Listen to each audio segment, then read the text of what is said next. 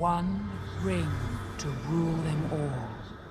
Quand on parle d'une saga à succès, il est difficile de ne pas penser directement au Seigneur des Anneaux. Le Seigneur des Anneaux fait partie de ces sagas des années 2000 qui se sont imposées comme des œuvres majeures de la pop culture. Si le genre de l'heroic fantasy peut en rebuter certains, cette trilogie a su mettre plus ou moins tout le monde d'accord. Intéressons-nous alors à la création du Seigneur des Anneaux. Comment un tel univers a-t-il été inventé? Vous êtes sur la chaîne de CEO et on est parti pour le 9ème épisode de Storygin. Bon, je vais aller me faire un café moi.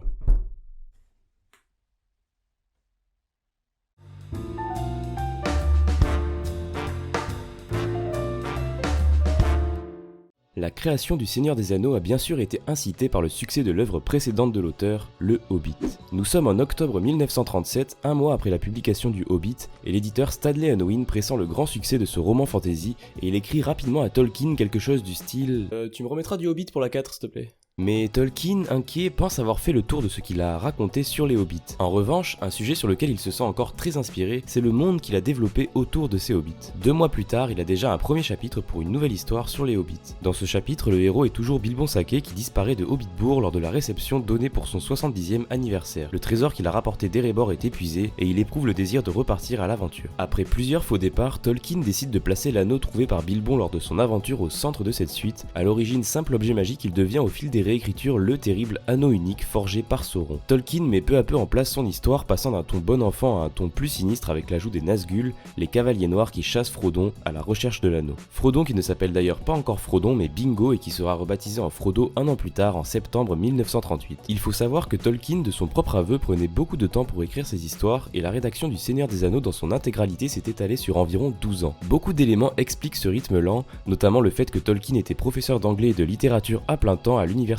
d'Oxford. On peut également souligner que l'histoire évolue au fil de son écriture, ce qui a poussé Tolkien à effectuer de nombreuses corrections sur ses premiers chapitres pour les rendre plus cohérents avec les derniers qu'il venait de rédiger. Et oui, je prononce Tolkien et non Tolkien car c'est la réelle prononciation de son nom que j'ai découvert en faisant mes recherches. Les années s'enchaînent et Tolkien arrive avec plus ou moins de difficultés à rédiger les différents livres qui composent le Seigneur des Anneaux. Le 12 août 1944, il écrira même à son fils Christopher « Toute inspiration pour le Seigneur des Anneaux s'est complètement tarie, quel soulagement ce serait d'en finir ». Et c'est finalement entre août et septembre 1948 que la rédaction du Seigneur des Anneaux sera achevée, au brouillon du moins, avec le 6e et dernier livre. Le temps de faire les dernières révisions et corrections des premiers chapitres qui avaient entre-temps bien vieilli amènera les manuscrits finaux à être prêts en 1949. Et il faudra encore attendre 5 années supplémentaires avant la publication du Seigneur des Anneaux, alors découpés en 3 volumes qui paraîtront entre 1954 et 1955. Intéressons-nous maintenant aux influences de Tolkien et à la création de cet univers aujourd'hui connu de tous. Tolkien a bien sûr puisé son inspiration dans ses passions, notamment pour les contes de fées, les sagas norroises comme Beowulf, les Eddas et le Kalevala, ou encore la philologie que l'on peut définir simplement comme l'amour des mots, des lettres et de la littérature. C'est de ses principales sources d'inspiration que l'on pouvait déjà retrouver des elfes, des nains ou encore des dragons. Les orques quant à eux tirent leur nom du même mot de l'anglais ancien qui signifie démon, et Tolkien a plus ou moins fait un mélange entre les ogres et les gobelins pour créer ces fameux orques. Donc rien à voir avec l'orque le mammifère marin, puisqu'en anglais on appelle pas ça un orque mais a killer whale. Ah, on en apprend des trucs, hein. Les Hobbits, quant à eux, tirent leurs origines dans The Marvelous Land of Snurgs, un roman où l'on peut voir les Snurgs décrits comme des créatures de petite taille aimant les fêtes et la nourriture. Tolkien suggère avoir trouvé ce nom sur la base du mot Holbitla de l'anglais ancien que l'on peut rapprocher à Hall Builder, littéralement le constructeur de trous. Cela dit, le nom Hobbit figurait déjà dans les années 1850 dans The Denham Tracts, un recueil de traditions folkloriques. L'anneau unique est selon certains inspiré de l'anneau du Nibelung, un cycle d'opéra de Richard Wagner où il est également question d'un anneau qui gouverne le monde et trompe son porteur. Cependant, Tolkien nie toute influence de ce dernier en disant « Ces 2 anneaux sont ronds et c'est là leur seule ressemblance ».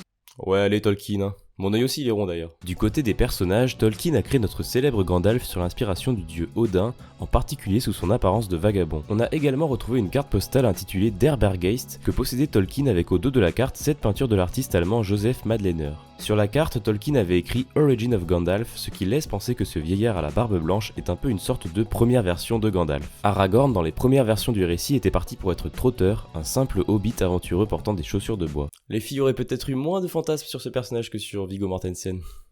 Quant au fameux Gollum, si on sait que son nom vient du son qu'il produit avec sa gorge, il est difficile de vraiment savoir s'il sort tout droit de l'imagination de Tolkien. Son nom est également une déformation de Sméagol, son nom d'origine, et on peut y voir une métaphore sur le fait que Gollum soit une déformation monstrueuse d'un hobbit qui est une créature a priori plutôt bienveillante. Si Tolkien a puisé dans de nombreuses inspirations pour créer le Seigneur des Anneaux, il n'en reste pas moins l'architecte d'un univers immense avec ses personnages, ses lieux et ses aventures mémorables. Pour terminer, voici quelques faits insolites et infos complémentaires sur le Seigneur des Anneaux. Le Seigneur des Anneaux n'est n'est en réalité pas une trilogie. En effet, Tolkien l'a rédigé en tant qu'un seul et même récit complet. Les contraintes de publication et de marketing ont fait que l'histoire a finalement été découpée en 3 volumes aujourd'hui bien connus, La Communauté de l'Anneau, Les Deux Tours et Le Retour du Roi. Tolkien aurait d'ailleurs préféré un autre titre pour ce 3e volume, La Guerre de l'Anneau, le trouvant moins révélateur de l'issue du récit. Tolkien est décédé à l'âge de 81 ans en 1973 et il n'a donc malheureusement jamais pu rencontrer les acteurs qui incarneront fièrement ces personnages presque 30 ans plus tard au cinéma. Jamais, sauf Christopher Lee qui a croisé sa route dans les années 1950 dans un pub anglais. Lee était alors en admiration devant l'écrivain et quand un projet de film sur la fameuse saga s'est présenté,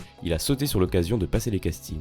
Tolkien avait commencé à travailler sur une suite pour Le Seigneur des Anneaux qui avait alors pour titre provisoire The New Shadow et qui plaçait son intrigue un siècle après la chute de la Tour Sombre. Tolkien abandonna rapidement ce projet, il pensait en faire une sorte de thriller mais il ne le jugea finalement pas nécessaire. Et c'est sur ce dernier fait que s'achève ce Story Gene. J'espère qu'il vous a plu, j'ai choisi cette suggestion dans vos commentaires parce qu'on n'avait pas encore abordé d'œuvre qui tient ses origines dans un livre, donc je trouvais ça intéressant de renouveler un peu le format. Comme d'habitude, je vous invite à mettre en commentaire les prochaines œuvres qui mériteraient d'être abordées. Abonnez-vous si ça n'est pas déjà fait et déposez votre petit like, ça aide la chaîne. Sur ce, c'était Sio, ciao, à la prochaine.